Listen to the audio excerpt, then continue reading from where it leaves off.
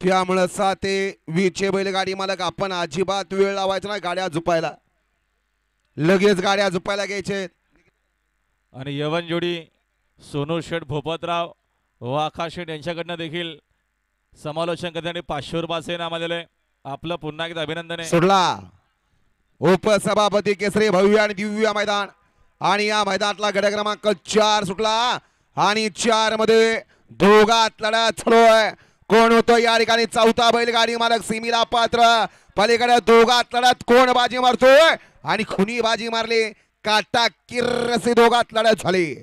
निकाल गेला KTC live कडे.